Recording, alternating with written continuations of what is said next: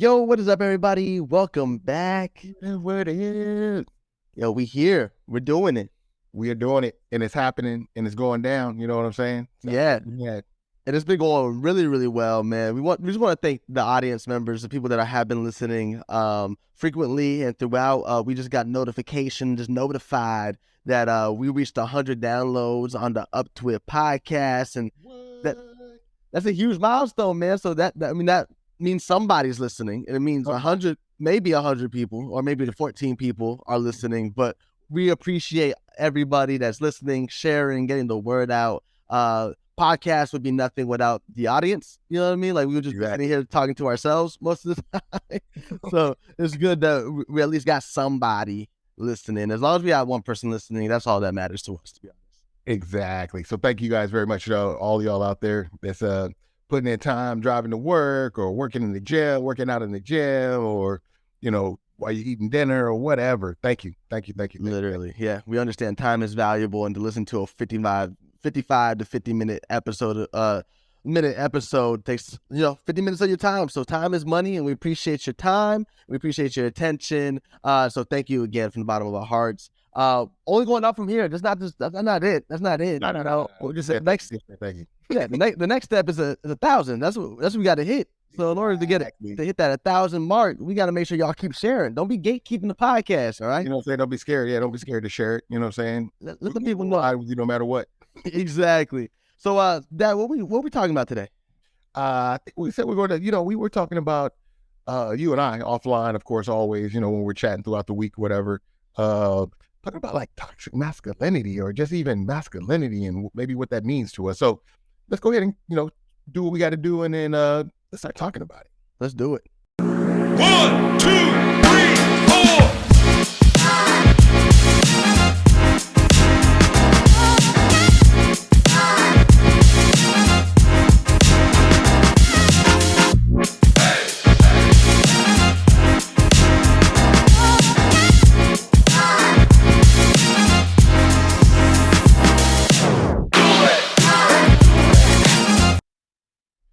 Nice. All right. Let's get into it. Let's get into it, man. We don't want to keep these people waiting too long. They want to. Yeah, right. No doubt.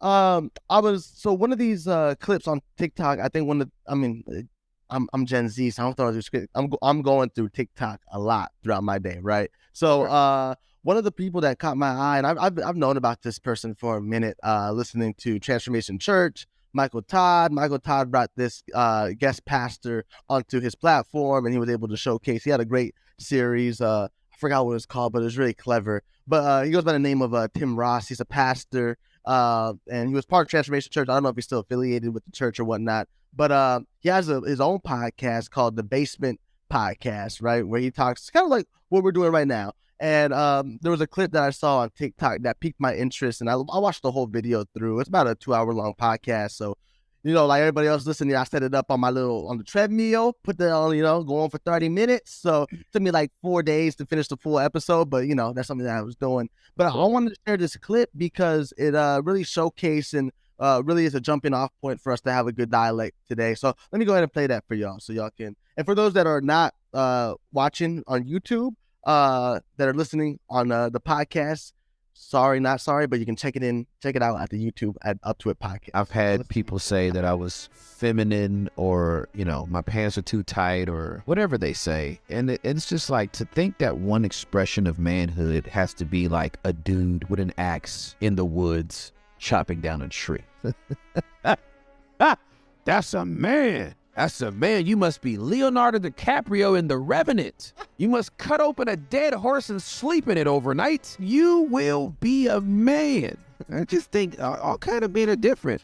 I really didn't like going to men's conferences for the longest time because, my nails are done, okay? My cuticles are pushed back. I survived the hood, fam. I'm bougie. I don't have no calluses on my hands. I can't fix nothing in my house. My wife fixes everything, okay? She is the handy woman, handy man in my house, whatever you want to call her. I would go to some men's conferences and they're like, yeah, we have a boxing ring in the middle of the sanctuary. And these two guys are going to punch each other. I'm like, oh my God, I came to worship Jesus. And these guys are like, yeah. And it's like oversized gloves and they're punching each other in the face. We're doing man stuff. And I'm like, I'm not that kind of man. So I've even been to men's conferences where I didn't feel like I was man enough to be at the men's conference. I'm like, I'm at the spa with your wife. Not like with your wife, but while like they're on the golf course, I'm at the spa.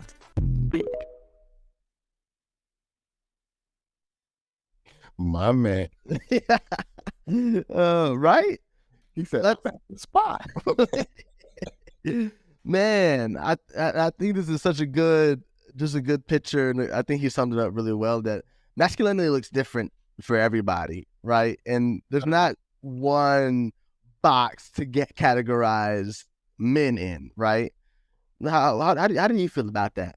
Yeah, no, I think I'd agree with what he's saying. Is like, there's always been these characters, right? Even in Disney stories and what is it, Gestalt, and how you gotta be like, and he's the man, and then you just look at a lot of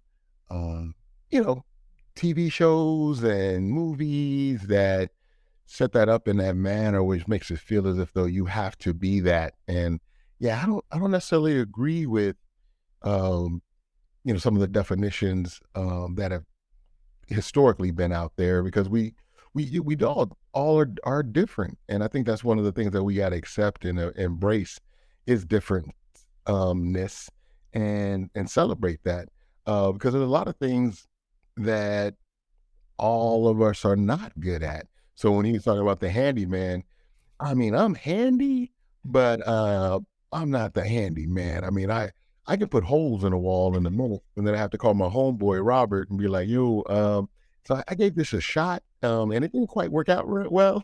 And one time he told me, he was like, "Why don't you just call me the first time you just need this done instead of me having to redo your work?" Oh man, no, I agree. Yeah, for real though. For real though. What do you think you like? What was your idea of a man growing up? Was it the idea of being this, macho, strong, or was it more like what was your thoughts of masculinity when you were growing up? Yeah, good question. I think being blessed, as it should be, as far as having a father figure who was in my life throughout my years, you know what I mean, until 2015 when he passed.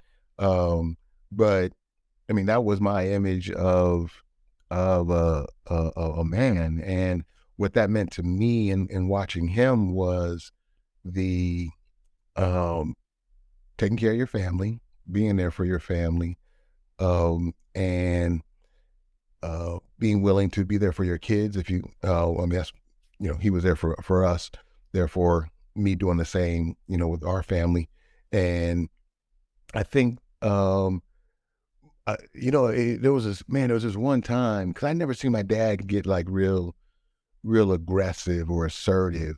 He was always just mad cool, you know what I'm saying? Knew everybody, was, a jolly cat, dapped everybody up whenever he could, and I never seen him get like I said, assertive or aggressive. And there was one time, I got two stories, but there was one time we were in Thailand, and we're in Thailand, and in a lot of these different countries, a lot of times when Americans come there, they're always trying to see if they can sell you something or take you places or be your guide and things of that nature.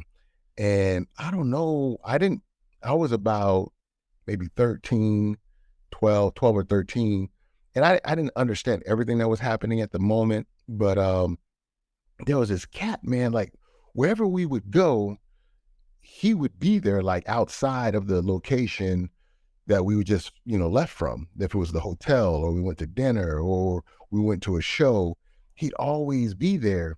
And I don't know why my dad ended up not liking this cat. And then the thing was, is that we didn't necessarily, call him or tell him to wait for us or anything like that. He just somehow was just always there. And then there came a point one time, I remember it was in the evening, maybe like 7, 8 o'clock at night. I think we were just coming out of dinner. And I think the guy got really like my dad was like, no, we don't want to use you. You know what I'm saying? We don't want to use your services. We're going to go with somebody else or whatever. And the dude just got very, aggressive, like, no, you need to use me because the other day I was using you all. And I just kind of like was like, what the heck is going on here? Yo, my dad flipped. My dad was like, got in his face and was like, yo, I'm telling you right now, get away from me and my family. I'm not messing with you all anymore. And I was like, whoa, cat, like dad almost threw hands. I was like, hey, yo, I've never seen him like that. But I'm talking about masculinity. And I think that's the thing that helped me also was, that's in me, you know what I mean? But it's not something that needs to be shown all the time or needs to be presented all the time. There's a space and place and time. And for me personally, I try to keep that part of me down. And I've had to keep it in check through my years. Not because it wants to come out a lot or anything like that. It's just that I don't like that aspect. It's like the Hulk, you know what I mean? Right. And I don't want the Hulk to come out, and so I always try to make sure that David Banner is the one kind of running around doing things. He said David Banner. You mean Bruce? I'm sorry, David Banner's the singer. You got it. You almost. You was there. Wrong Banner. Bruce Banner. And it was like, but I think also just seeing Black men. And a lot of times when we see like, coming up, in the hood or seeing people in the hood and, like I said, my dad, from the Philadelphia area and whatnot. And having gone out there and hung out with my cousins, Michael, shout out Michael, showed me some of the projects and stuff. And sometimes when I saw those cats and what they thought was manly also, I was observing and saying, okay, is that really man? Like, carrying a gun and, saying being totally disrespectful to women, from domestic violence and putting hands on them. And, sometimes a lot of people feel men, not a lot of them, but many feel that that's manly. Right. And I don't agree with that at all, hands down. I'm not about that life. And so much so I'll protect, against that. And so it's just, yeah, man, I mean, when you're coming up and trying to figure that all out, because just like my man said, Tim, in the beginning, when I was real little, man, I used to be the cat that was hanging out with the girls doing jump rope. I was doing hopscotch. I was doing jacks. You know what I'm saying? The guys used to play marbles. We do marbles, play marbles, draw a circle in the playground and stuff like that. But sometimes I'm guessing people may have looked at me kind of like, man, how come he's over there with the girls and not over here? You know what I'm saying? Like playing shoot 'em up, bang bang, cowboys and Indians, police and all that. But I felt comfortable because it was like, yo, I'm over here with the good looking girls. Like, what y'all doing? You know what I'm saying? But I could also hang with them if I wanted to. So when we go switch over to playing dodgeball, you know what I'm saying? I'm taking cats out. So, and so I appreciate what he was saying in that it looks different sometimes, right? Now, granted, I think that there are some, if you're, interested in the opposite sex, that there are certain, or anybody, for significant other is maybe looking for that manly man, or whatever that definition is for that individual. And I think that's why we, you got to find your person, in life, and it matches. Because I know that I definitely cannot be weak. And is not being a stand up for myself. And not necessarily about throwing blows or, throwing hands or anything like that, but it's just about being able to stand my ground, and have or get my point across, or be able to, what would be the word is, represent the fam. Yeah. I mean, Yeah. and so I mean, I think that's that. So my dad was really my model to that. Right. And him being home, you know what I'm saying? He had a job where he could be home for dinner every day, every night. And that to me is manly, you know what I mean? And Right. him being there for me whenever I needed him really to be there, that to me is manly. So yeah, I appreciate what he was. So for you, what that was long winded, man. No, that was good. I feel like That I was really good. lecturing folks out there, but No, that's good. No, you're right. I think that's the premise of the podcast, right? Of just how important it is to be in your child's life, right? To be the father figure in your child's life, so they can get an idea of what masculinity looks like. Because for me, it's the same thing. My idea of masculinity was because I had a dad in my life that demonstrated what that looked like. And it wasn't in the maybe it wasn't society's way of what a man can look like. My dad wasn't out, like, you weren't out here trying to hook up with women at bars, and you weren't overworking or overexerting yourself to the point where you didn't have time to go to a basketball game, or you didn't have time to be home for dinner, or you didn't have time to help me with homework. Like, you always made time to make sure you were that person, because at the end of the day, if it wasn't you, then who was it going to be, you know? Right. And I think for me, that what really helped me paint that picture that you were a great dad and a great role model to have was I think we had a conversation. I could not sleep. I remember this was I think 4th grade. I could not sleep because I was tripping, man. I was literally tripping because a lot of my friends, some of my male friends, thought that I was gay. Like, there was this idea that Z was gay, and I kept losing sleep over it, because I was like, what does that mean? Like, I love my homies, but the idea was, because like you, I hung out, most of my friends in elementary school were girls. I hung out with all the girls. I was part of all the tea, the drama, whatever. But like you, I was able to also hang out with the homies, but the homies would look at me weird, because it's like, oh, you don't want to hang out with the girls that you always hang out with? Like, this is 4th grade, mind you, right? And this is when, you know, people were being, like, everything was gay at that time. Like, everybody was using that slur, right? It was like, oh, that's gay, or they're gay, and this, whatever. Like, they didn't agree with something, it was gay. And at that point, I remember, like, you were still in the living room watching your show with your peanut M&Ms and popcorn, right? And I remember just, like, crying, bawling to you, and I'm sitting at the pony wall, and I'm like, Dad, am I gay? Like, what's happening? Like, people think I'm gay because I hang out with these Then I remember you openly sharing your story, like you just shared, that, oh, I was the same way. Like, I hung out with girls and people thought of me differently, but no, that doesn't make you gay. You know, like, that's not what that means. That's not what it entails, unless.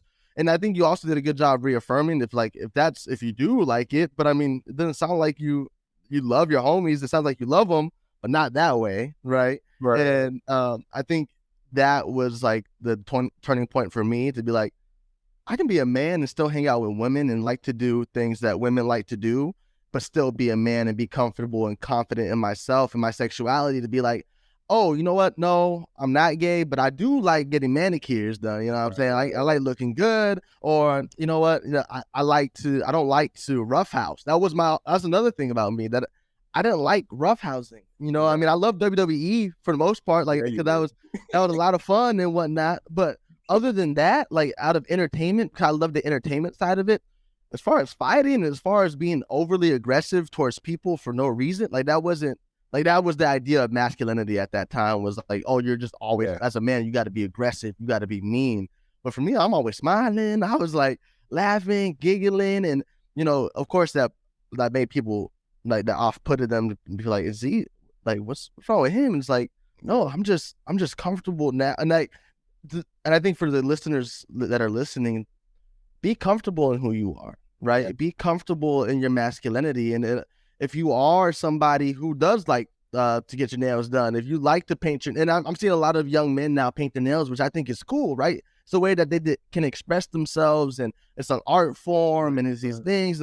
I appreciate that, right? But if that's not you, then that's not you. But it doesn't mean that you have to when you see a man with their nails painted, don't think that they don't have that in them to be like, yo, what's up? Like, these nails are painted, but don't get it twisted. Like, we can go, like, if that's where you really want to go. And I think you did a good job of demonstrating that as well when you're talking about Pop J. And you're the same way as well. Like, you control that. And I know that's in you because I've gotten on that bad side before when I was younger. So, and it's scary. You know what I mean? Like, it's scary, especially when people see us, because I'm an offspring of you. It's like, oh, they're just happy, go lucky. It's a good time. And then, if somebody crosses that line or a boundary that we set, people are like, oh, the givens throw, oh, they're for real, right? Like, people try to always take advantage, but that's what I try to tell people. Is like, you don't have to put on a front of masculinity to look a certain way for the society. Like, that's in you, so be comfortable in that, and comfortable that, hey, I can turn it on if I need to, but I prefer not to. I prefer to have a good time. Go for it. Yeah, no, I was going to say that. I think you're right in that. Is that people need to be careful. Don't take people's niceness for weakness or them not being able to handle their business, because that to me those are the dangerous people. Right. When you sleep on them. You know what I'm saying? These cats sometimes that are out there puffing their chest up, and even nowadays, man, I tell cats, man, over the last maybe like 10, 15 years with MMA being out there in UFC, man, some of these like scrawny dudes, you stepped on the wrong way, man. They like do a little serpentine turn, whatever, and become like a snake and be like holding you up and like lock you up like cluck. This little scrawny dude. And the secret, just for those of y'all coming up, if you don't watch that type of stuff, is the cauliflower ears. You got the cauliflower ears, yo boy. Step back.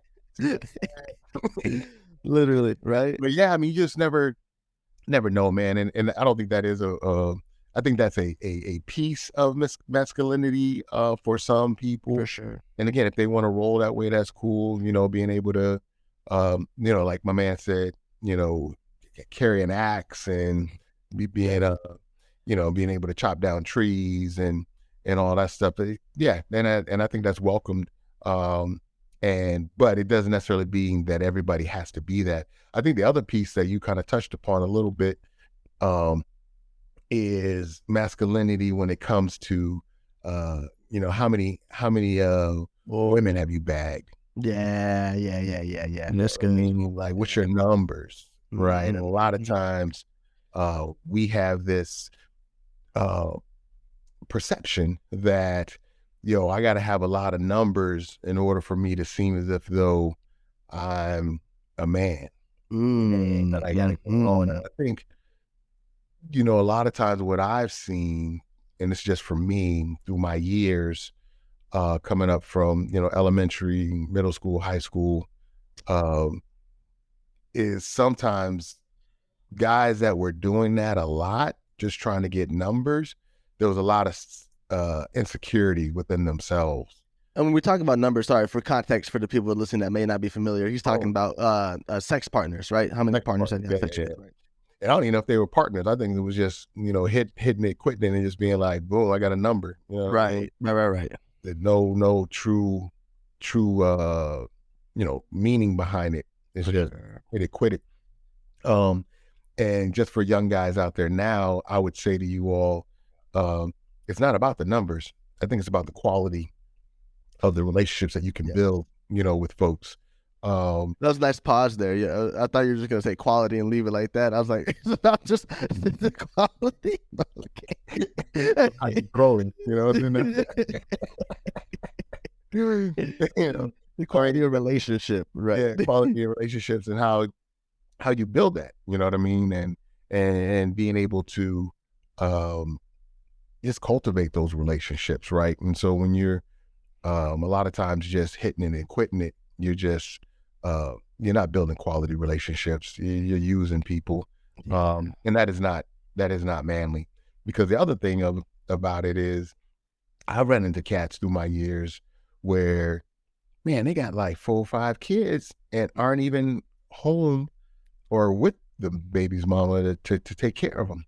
Man, that right there is not a sign of a man. A man should be taking care of his responsibilities. Now that's manly. I agree. Is, you gotta be held accountable for your actions, and that action of you not throwing on a condom, it has consequences. You know what I mean? The whole idea that, oh man, I don't want to use a condom because it don't feel good without it. And that may be true, but hey, that slip up is 18 years of a responsibility. And then you add that times 3, 4 kids that you decided not to make a good choice and strap up, using a condom, prophylactic. And that does nobody any good. And especially those young ones that come into the world who didn't ask to be here, and you not being manly to take care of your responsibilities, that is straight up whack. That is straight up, I don't know, man, that frustrates me to no end when cats don't step up and take care of their responsibilities, because then you're just asking somebody else to take on that responsibility for you. And there are some good dudes out there that will, step up and maybe adopt that young one or be a caring adult for the woman that they're with and their child. But it shouldn't be there in the first place, because that's destroying our community. You know what I'm saying? Right. Color. Right. And even white folk too, 'cause I know white folk that got For sure. Definitely. But just this whole idea of, what's my numbers, how many notches do I got on my belt, is not necessarily a good look in my opinion. And you're real. Values that we're talking about here. That's real. I think that's super real. And I think that's why we designed this podcast, because these were conversations we were having at home. Like, these are the legit conversations that we were having at home. For the audience members, I think we're just doing it because now Z's 22 and he can understand. No, this was conversations we were having at 14, 15, 16 years old, talking about this type of situations and talking about sex and talking about partners and what does it mean to be actually in middle school in the back of the truck when you're just sitting there like, No, you're right. Well, even before that, right? Even talking about like first grade, I remember having these awkward conversations in the back of the Camry. And I remember one time he asked me, he's like, "Hey, has your penis ever grew before?" And I was like, "What? What's happening?" Right?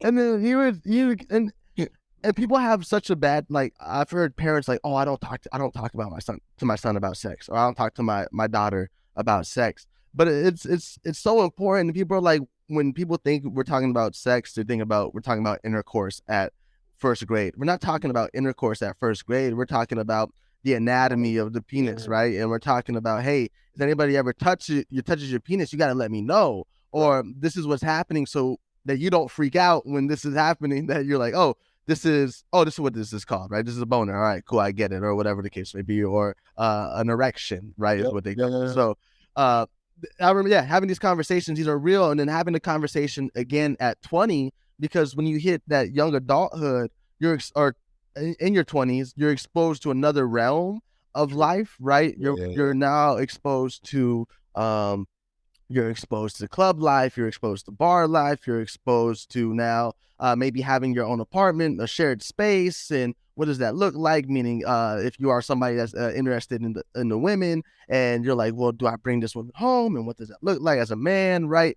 And this was a conversation we had not that long ago, when we're talking about, man, I'm not really into the whole how many people can I bag type of thing, right? How many can I get on my belt? And I was asking you just for confirmation, like, is this normal? Like, am I supposed to buy into the hype, or am I weird? Am I off? Like, all the homies around me are like, yo, let's go to on Friday, let's go to the club, let's go pick up some women. Okay, so they're coming home with women, and I'm like, I mean, I'm cool. Like, this girl's cool. I don't know if I want to sleep with her. You know what I'm saying? I mean, right. Yep. Awesome. But then they wake up the next morning like, oh, that was fun. Like, da-da-da. And then the girl's leaving out and that felt weird for me, because I'm like, are you ever going to talk to her again? And people are like, oh, that's soft, you're sensitive, or you're just emotional, or stuff like that. But I'm like, right. Sorry that I care for that person who's leaving now with a part of you and your DNA. I'm just saying, like, right. I was like, that's strange to me, because also just thinking of this idea of spirituality, and also being Christian, and also being raised. You didn't like harp this on me, but just knowing that I believe in God, and believing that this person is going to have to walk around, knowing me and knowing what we did, and I would want her to have a good memory of me, of being like, oh, that was an awesome person. Like they were different, you know, and that's one of my things is like, I didn't want to be the same dude that's always trying to get up in your drawers and trying to take you home. Yo, what are you like? What do you like to do? What drives you? Like, that was the conversation I was trying to have. And people are like, you can't have that in the club. See, like, wait, you can't have that. You can't. And I'm like, you're right. You're 100% right. I can't have these conversations in the club. And that was one of the reasons why I didn't like going to the club, and the music as well. Is that, I mean, let's talk about that. The music was trash. I mean, just listening to all the old stuff I was listening to in your Camry. Like, I'm like, dude, I'm now 23. Like, there's a lot of whole new music. Anyway, that's another tangent for another story. But just being different as a man and knowing that that's okay. And then sometimes you got to separate yourselves from those people that are maybe not aligned with you, and you can still show love and go out and have fun, but you don't have to do exactly the same thing that they're doing just to feel like you're being a man, right? Like, you can be, you know what, I'm good off that, but it was nice meeting you. You're awesome, da da da. Or maybe you're like, you know what, you can go to the after party with us at the crib, but hey, nothing else is gonna escalate besides that, right? And also, just doing those things, and this is when it comes to relationships, right? When it comes to looking for a partner and stuff like that, I agree. Yeah, I think that just masculinity is definitely. I mean, we talk about masculinity and not being able to share emotions. Right? Yeah. Talk about it. Or we're been trained to not be able to show that we are hurt, or that we're sad, or that, we can't cry. And I think that does us a disservice. Agreed. And because that means we're bottling up a lot of stuff that then ends up coming out in a negative way. And so I think we got to talk about and let other men know that it's okay to share your show your emotion. You know what I mean? And I'm not talking about, we do a damn good job of showing anger. We do. There's a lot more other emotions, guys, out there listening, that need to be tapped into just than anger. Right. We got anger down. Okay. We don't need to be working on anger any longer. We need to work on some of the other emotions, as far as being, stressed out, or again, feeling frustrated, or feeling disappointed, or feeling sad, or feeling just confused.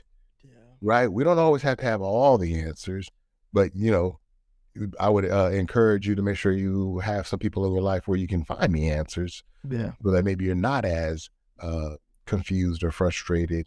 But I think manliness isn't about being able to hold in all of these emotions and not be able to get them out. Because like I said, I mean, I've seen so many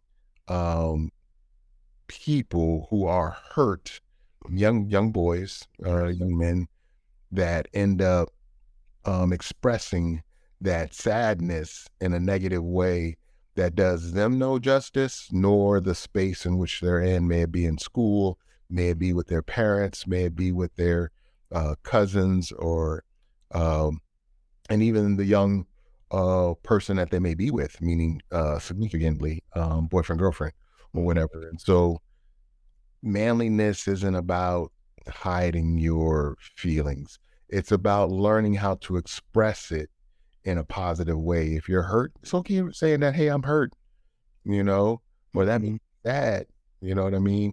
The only example I can think of right now is, when that, your person that you were dating or whatever breaks up with you, and you're trying to be all like, oh man, forget them, man. Oh man, it didn't mean nothing to me anyway. And and then they go home by themselves, right? And they're in their room and they're like, oh, God, man, that people, right? But they don't share that with their friend, right? And so they don't get an opportunity to talk it out and how they really feel, like, dang man, like that hurt. And that's the kind of cats that I had in my corner, saying DP, Damon, freaking Jerry, Norman. Those are cats that I could always keep it real with. And I didn't feel less than when I did share with them that I was hurt. Right. Me, man. They always still were like, yeah, man, I understand why you might be hurt behind that one, or feeling sad.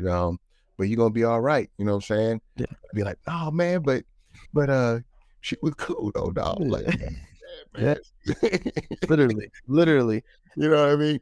And that's what's so cool. Again, is just having masculinity is about having some other strong brothers around you. Brothers, mean guys, whatever that is. Right.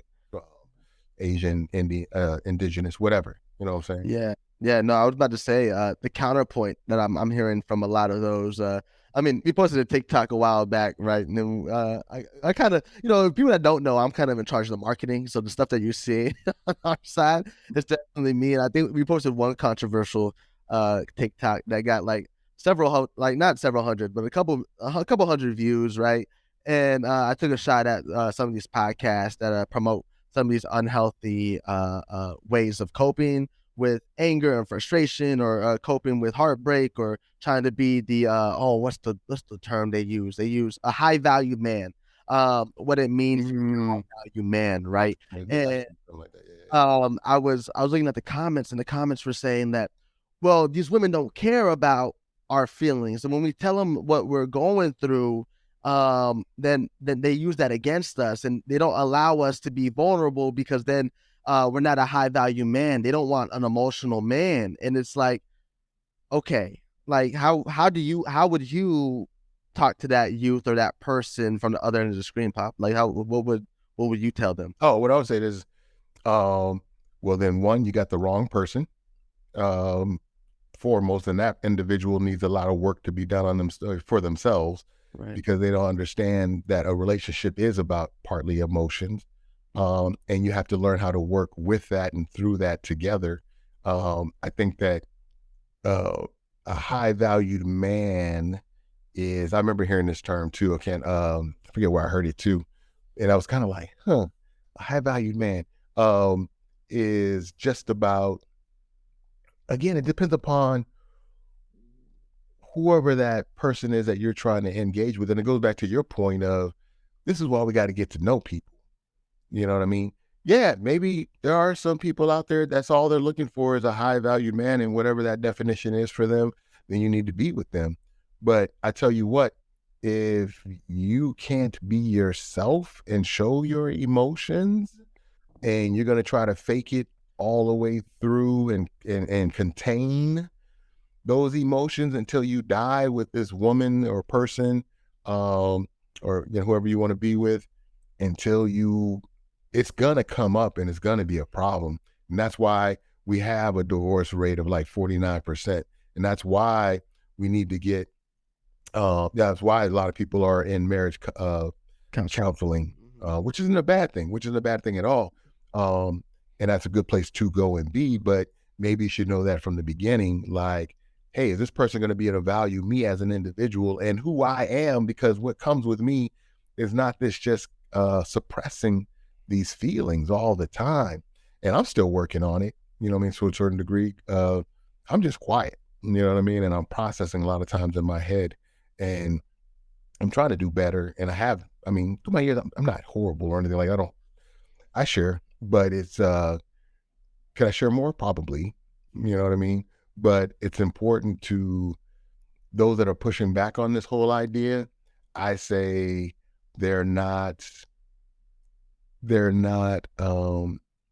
educated or have enough self-awareness or the importance of really what a relationship is and what it should be. Mm-hmm. And again, that's how we end up in these situations where people end up in these situations where they're, going at it with each other, yelling all the time, and, throwing things, and, putting hands on each other, and, that's not cool at all. And them being controlling. So that'd be what I would respond back to them. I mean, I understand that it's this, as we're growing, getting older, especially when you're coming from like, middle school, high school, trying to navigate that, meaning emotions. but you're also kind of in that space where you do want somebody, and you're like, well, then I got to play this game like everybody else is playing it. It goes to the point that you made earlier, right? It was like, I'm not about that life, dude. I don't want to be about that life, but do I have to? You don't. And it may seem awkward, but in actuality, you're doing the best thing for yourself and the right thing for whoever you end up being with in that family. Even if it's not even a family, but just relationships, building positive relationships, you know what I mean? So it is hard to find sometimes groups of people or individuals that'll support you through the difficult times and the true emotion. And that's why, again, and you and I work on this, right? Suicide prevention is a lot of times guys, because we don't know how to deal with our emotions, we suppress them and just figure the best way out of it is just to suicide, right? Be unalive. And that's not a good place, yo. Not a good place. So that's what I say about being a high valued man is, whatever that individual feels they need that high valued man, then yeah, I mean, there's some people that's what they need, want, Right. or but it's make sure that it matches up with who you really are, because if you're always striving to be whatever that definition of high valued male is for that other individual, you're gonna find yourself in trouble down the road. Right. And I also think there's some truth in like sometimes that person's not going to understand all the emotions that you're going through, and you keep reiterating this part of having your friends, right, or a group that you can go to that maybe your partner's not going to understand, but as long as you have a friend group that you can go to, and I've been blessed enough and fortunate enough to have a great solid group of friends, right, that I can go to and be like, yo, my heart's aching, or I'm pissed off, or I'm angry, or I'm stressed out, like can we just talk about it, right? And I just had homies that were just there, and they didn't clown on me afterwards. They weren't like coming up 2 weeks later like, oh man, I was crying over that and da-da-da. They were like, yo, instead of doing that, what they were doing was like, yo, hey, you got through it though, right? Look at us. Now look at where we're at, and they were able to that. There's this thing on TikTok, I forgot where the clip was at, but the reason why we men is we don't get intimate with each other, meaning we don't intimate not in the sense of sexuality or in a sexual way, but more intimate in the way of giving and showing our emotions, right? And when you have a friend group that you're able to share your emotions with, that's the level of intimacy of that friend group that you feel comfortable with, right? And that you're able to show them that, hey, yo, you're hurting, I'm hurting, yo, can we hurt together, right? Because there's some hurt that needs to be done, and once you get over it, it's over, right? And you sometimes you feel better because you're able to do it. Sometimes you're like, you know what? Maybe I do need the extra help. Maybe my friend group, they were there, they helped me out a little bit, but now I think I'm in a space where I need further help, and that's okay too. That's okay as a man, that we should be able to accept that. But you got to find your close group of friends. I've had friends that I've cried in front of. A lot of people didn't know that he's a crier. Yo, I cry, man. Jose has seen me cried a lot.